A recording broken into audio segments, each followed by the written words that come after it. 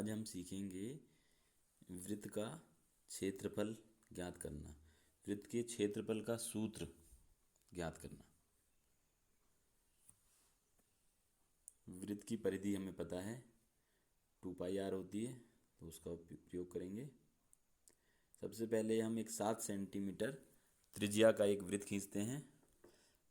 पटरी ली, उसमें गिना, प्रकार में पेंसिल लगा दी है। 3, 4, 5, 6, 7। 7 पे प्रकार की नोक रखी है ये,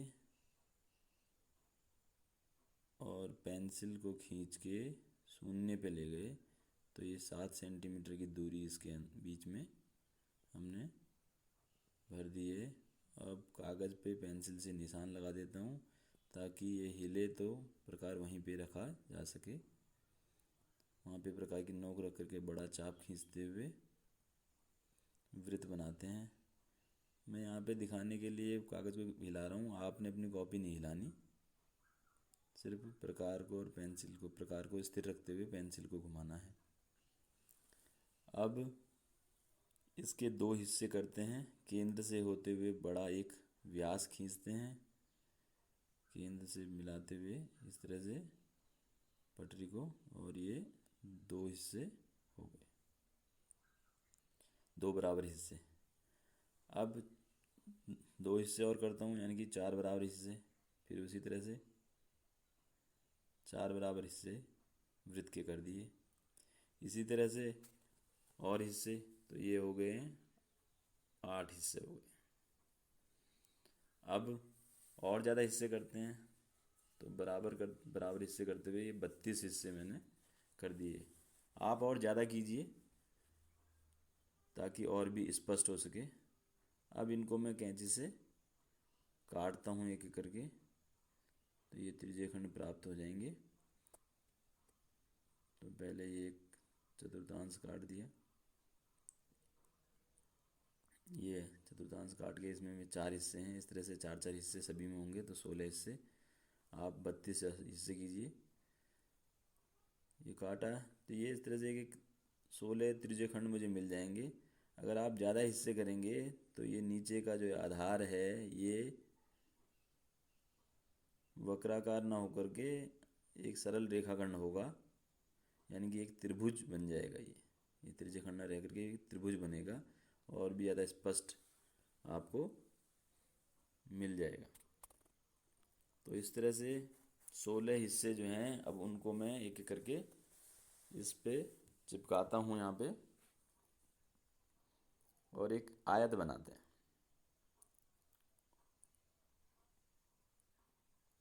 कैसे ज़रा देखें, एक ये सीधा, एक तिरछा लगाना है।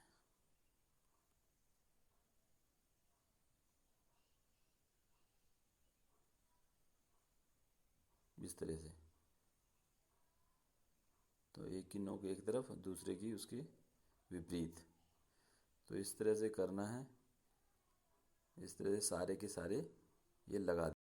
तो इस प्रकार हमने इनको आड़ा तिरछा लगा करके ये आकृति प्राप्त की। तो देख रहे हैं हम यहाँ पे कि ये आकृति जो है एक समांतर चतुर्भुज के आकार की है। और अगर इसमें हम और ज्यादा टुकड़े करते, ये हमने देखो वृत्त है प्रारंभ की तरह ही, ये 16 टुकड़े किए हैं। यहाँ देख रहे हैं ये जो है जब हिस्सा किया है ये त्रिज्यखंड, यहाँ पे क्या है, ये जो चाप है ये वक्राकार है। अगर हम ज्यादा टुकड़े करेंगे, यहाँ पे 16 टुकड़े किए हैं, इन 16 टुकड़ों को काट के यहाँ पे हमने चिपकाया इस तरह से।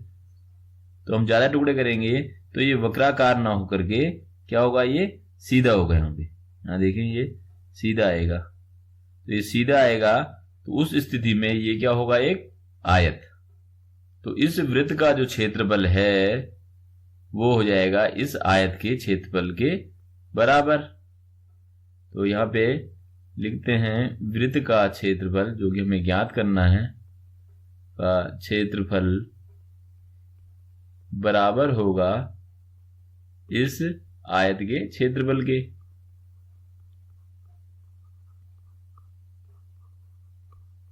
तो हम जानते हैं कि जो ये वृत्त है इस वृत्त की जो परिधि है वो क्या है, 2 पाई आर। ये हमें पहले से पता है, वृत्त की परिधि बराबर 2 पाई आर। अब हमने इसके 16 टुकड़े किए हैं, 8 इस तरफ से लगाए हैं, 8 दूसरी तरफ से लगाए हैं। तो हम देख रहे हैं कि ये जो है, ये दूरी जो है, ये दूरी जो है, ये वाली दूरी और ये दूरी, ये 16 टुकड़े हैं। तो ये 16 टुकड़े बाहर जो ये वक्राकार हिस्सा है, ये यानी कि ये पूरी दूरी, ये वृत्त की परिधि है। तो ये वाली इस आयत की लंबाई और ये लंबाई, यानी दोनों लंबाई मिलाकर के वृत्त की परिधि के बराबर है। तो वृत्त की जो परिधि है वो आयत की लंबाई की दुगनी है। यानी कि अगर हम आयत की लंबाई ज्ञात करें तो आयत की लंबाई जो है वो वृत्त की परिधि की आधी होगी। तो यहां आयत की लंबाई बराबर होगा परिधि का आधा, यानी कि 2 पाई आर अपॉन 2, यानी कि ये हो गया पाई इंटू आर। और जो ये त्रिज्या है, इस वृत्त की जो त्रिज्या है ये आर, ये इसकी चौड़ाई है। तो आयत का क्षेत्रफल यानी आयत की लंबाई गुणा उसकी चौड़ाई। तो आयत की यहां पे ये जो आयत बना है इसकी लंबाई क्या है, पाई इंटू आर, और चौड़ाई क्या है, इस वृत्त की त्रिज्या। ये जो दूरी है यहां से यहां तक, या ये दूरी, यानी कि यहां से इनके बीच की दूरी, ये बीच की दूरी, ये इसकी चौड़ाई है जो कि वृत्त की त्रिज्या है। तो वृत्त की त्रिज्या क्या है, आर। तो इनकी मल्टीप्लाई करेंगे तो ये हो गया पाई इंटू आर स्क्वायर। तो इस तरह से हमने वृत्त का क्षेत्रफल ज्ञात किया। वृत्त का क्षेत्रफल है पाई इंटू आर स्क्वायर, यानी कि वृत्त की त्रिज्या के वर्ग का पाई गुना।